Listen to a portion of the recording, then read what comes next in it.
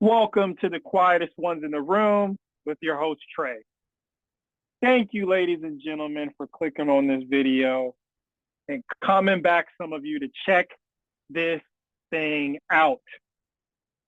Man, I tell you, like I said before, I am confident that everyone who engages with this video, you guys are by far the most beautiful and intelligent people on the face of the earth.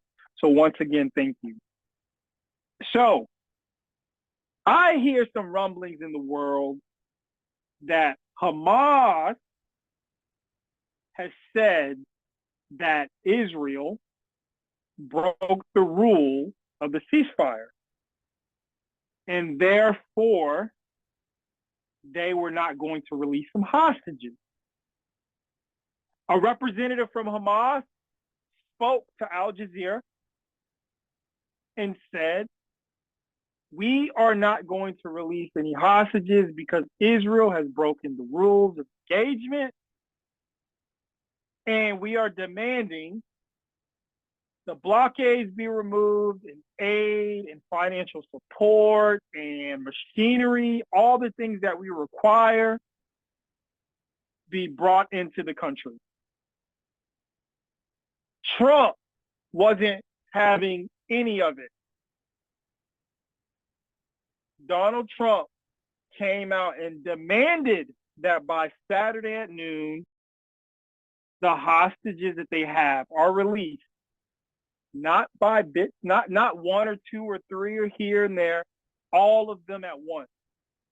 And if these hostages are not released before Saturday at noon, there will be hell to pay. I don't think he's bluffing. And I don't think that Hamas is making a great decision, a great chess move. Look, we already saw in the last week or two Trump claiming Gaza. Yeah, we'll move the people out to Egypt or Jordan in a beautiful piece of land, great real estate. We'll move the 2 million people. Everybody's complaining, saying there's no way in hell that Egypt and Jordan will agree to it. And yet, it's been confirmed as of recent that the king of Jordan, who met with Trump, said that he would accept children from Palestine who are sick, and that Egypt is to be brought into the conversations to discuss, along with the Trump administration, the king of Jordan, and again Egypt, that they all come together and again in harmony in a lot of ways with other Arab nations to discuss what needs to be done with the Palestinian people. But Trump's like, hey, we're taking it. United States of America is taking it. It's a war-torn area. We're taking it. We're not paying for anything. Now, I covered this in one of my videos previously. Not sure if you knew this, but between all the nations on the planet, including the Arab nations, America has spent more foreign aid than any other country by far towards the Palestinians. So I don't know if you knew that, but maybe a part of that goes into the reasoning. And this isn't even about whether or not you disagree or I disagree or you agree with what Trump is doing or I agree. This conversation right now is really about no one thought it was possible. Like when Donald Trump said it, it became another thing, kind of like how it was with Canada regarding the tariffs, that, oh, he's just talking. And then the tariffs are about to start, and then Canada backtracks. And this is another scenario where Donald Trump makes a statement, and the world is surprised as it begins to move in the direction that he stated. So you had media outlets talking about how there's no way Jordan or Egypt would meet with Trump and concede to the demands because, according to the media, Jordan and Egypt immediately came out after Trump said that the Palestinians would be moved to a beautiful place, that these two countries came out and spoke against it. But with my own two eyes, I saw the King of Jordan, Abdullah, and Donald Trump sitting together discussing how they could, in the future, make things possible for peace in the region. And the king going as far, the King of Jordan going as far as to say he will take in Palestinian children now. And so Egypt just has to be brought into the mix. And the Arab nations have to make a real decision in terms of how much they want to be involved in this process. If they want to be involved in this process. It's not a small task to take 2 million people and move them elsewhere if the 2 million people agree to it. My stance is let the people vote. And if the people vote and they decide that they would like to relocate temporarily to then come back to Gaza when it is rebuilt and it's beautiful and there's a Starbucks and a P.F. Chang's, beautiful hotels that they can work in because Trump said he wanted to create jobs. So if they can come back and serve the world of the people who are in the new Palestine, Gaza Strip, sure, if the people agree to it.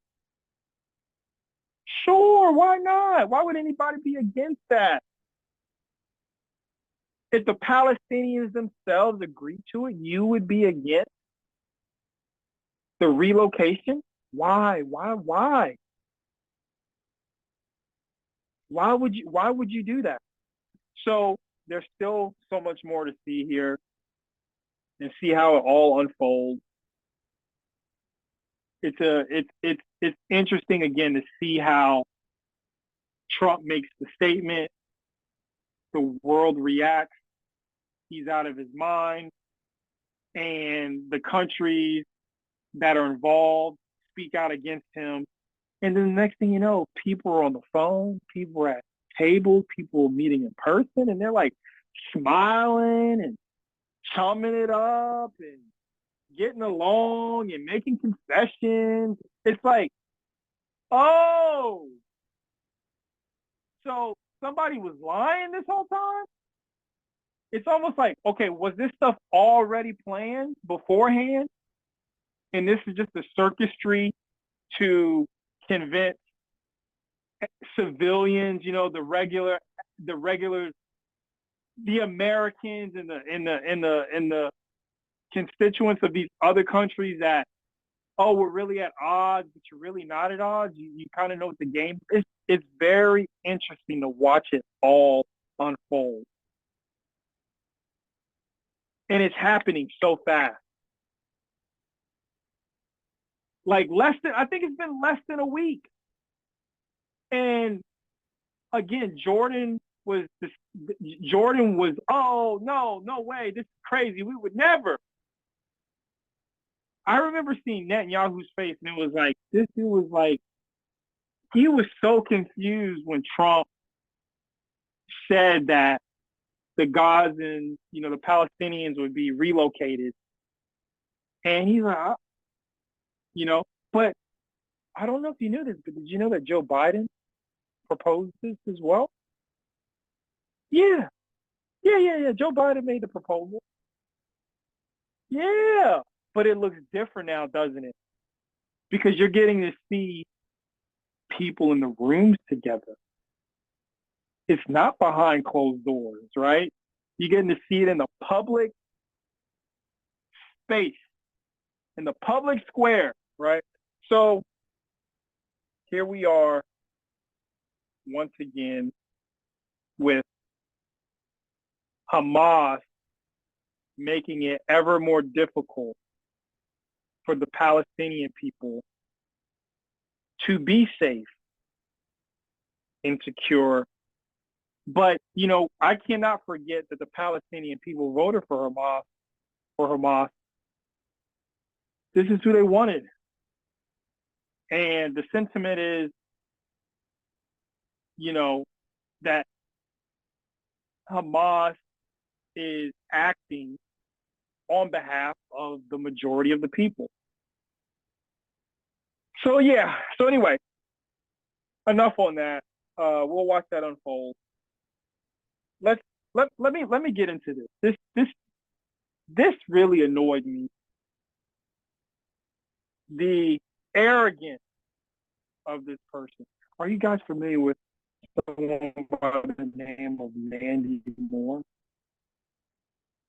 who posted on Instagram how upset they were and reported a delivery driver to Amazon who delivered a package to her in-laws in a home, at a home, let's say at a home, because not in a home, at a home, it looked like steps, it was a photo, on the steps of a home that had been burnt down during the LA fire. So people all over the internet have been reacting to this. I guess some people are on her side, but I can't imagine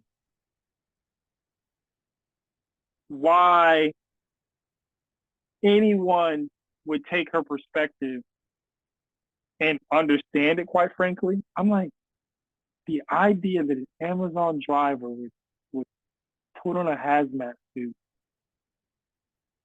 navigate toxic air, trees that have fallen down, wild animals, the wild dogs that many of the narcissistic LA pet owners left behind during the fires. Those wild animals, those wild dogs, navigating all the dangers to deliver an Amazon same-day Prime package.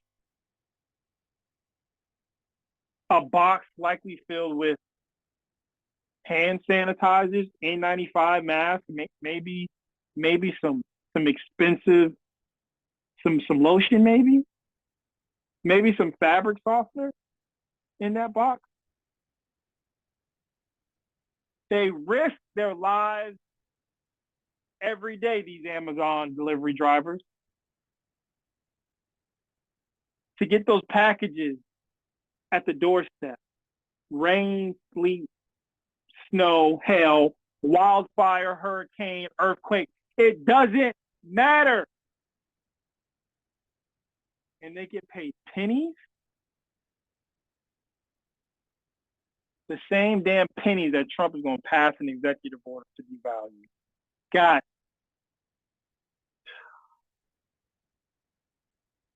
Mandy Moore, you're the worst. Oh,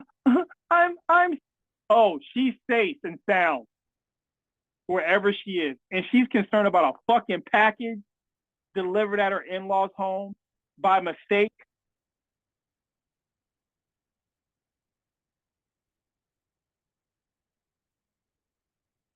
So, and so the in-laws are homeless. I'm sure they could care less about the package being delivered at the wrong location. It's, you know, unless it's like some pertinent medication. But go to the fucking pharmacy yourself. Even, yeah, they could have gone to the pharmacy to get their medication. Oh, you know, I'm rich. You know, I just have it delivered to the house. And Mandy, Mandy Moore, listen, you don't even know, nor did you care or are you concerned with if that delivery driver is just trying to make ends meet and not get dinged as an Amazon delivery driver because their property was burnt down as well and they're homeless, just like your in-laws, and they've got to deliver this package. Why are you making a big deal about it? It's just one package that you received. If you took a picture of it, you got it. You get it? Package delivered if you see it with your own two eyes. Safe and sound. Package delivered.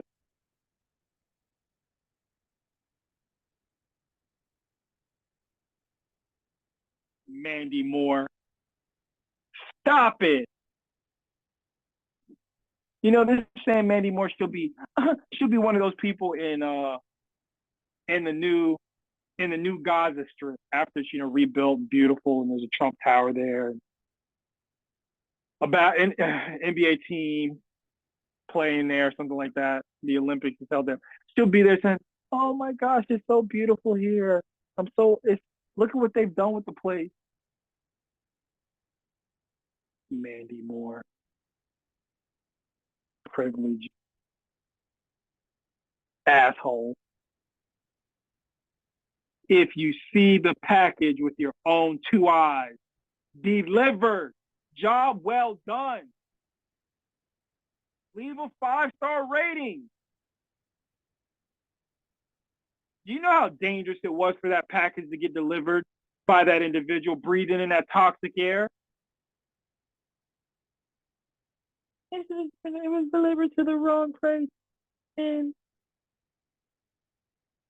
I don't even know how she talks, honestly. That's how she sounds based off of what I read. I just thought that the package was, I just, it should have been intuitive that the home, because it was burnt down, they should have called someone and text, and I would have let them know where to deliver the package 50 miles away from the fucking location. So the Amazon delivery driver with their hazmat suit on and their gas mask just said fuck it and left it right there. And you received it.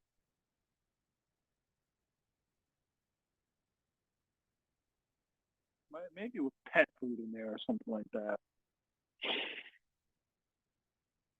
Ah, the crazies, man. We are in a crazy time.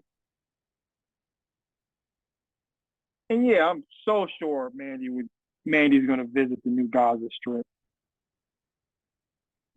Yep. You guys know what's happening, right? Don't think to yourself that there's anything that's about to stop this move. It's happening. I remember seeing because Ukraine and Russia, that war's still going on. I remember seeing footage. I was watching these bloggers who were Ukrainians, or even just Americans who would go over there, and you'd be amazed to see the buildings that are being built with U.S. tax dollars, the apartment complexes that are being built with our tax dollars in Ukraine. The apartment buildings look like many of the major city apartment complexes that are being built here. Beautiful, beautiful places. Don't get it twisted. Like, it's gonna happen. And what could anybody do to stop it? Because we have until Saturday at noon for Hamas to make things that much worse, to then expedite that process. Do you understand now? If they don't release those hostages before Saturday at noon, the process is going to be expedited. And it looks like Jordan is signing up to be on board for that. Egypt may likely be signing up to be on board for that. And many of the other Arab nations are signing up to be on board for that. So, thanks again for checking this out. Please like, subscribe, share your thoughts in the comment section if you agree or disagree. I am so curious as to what do you think about what the hell Mandy Moore has going on? I mean, there's so many people who deliver packages as an Amazon delivery driver, who do Uber or do Dash or whatever. It's like, how do you feel about her complaint? And the fact that Amazon, is apologizing or something like that, it's like, come on, man. So I'm curious what you think about the Palestine calamity, etc. Until next time.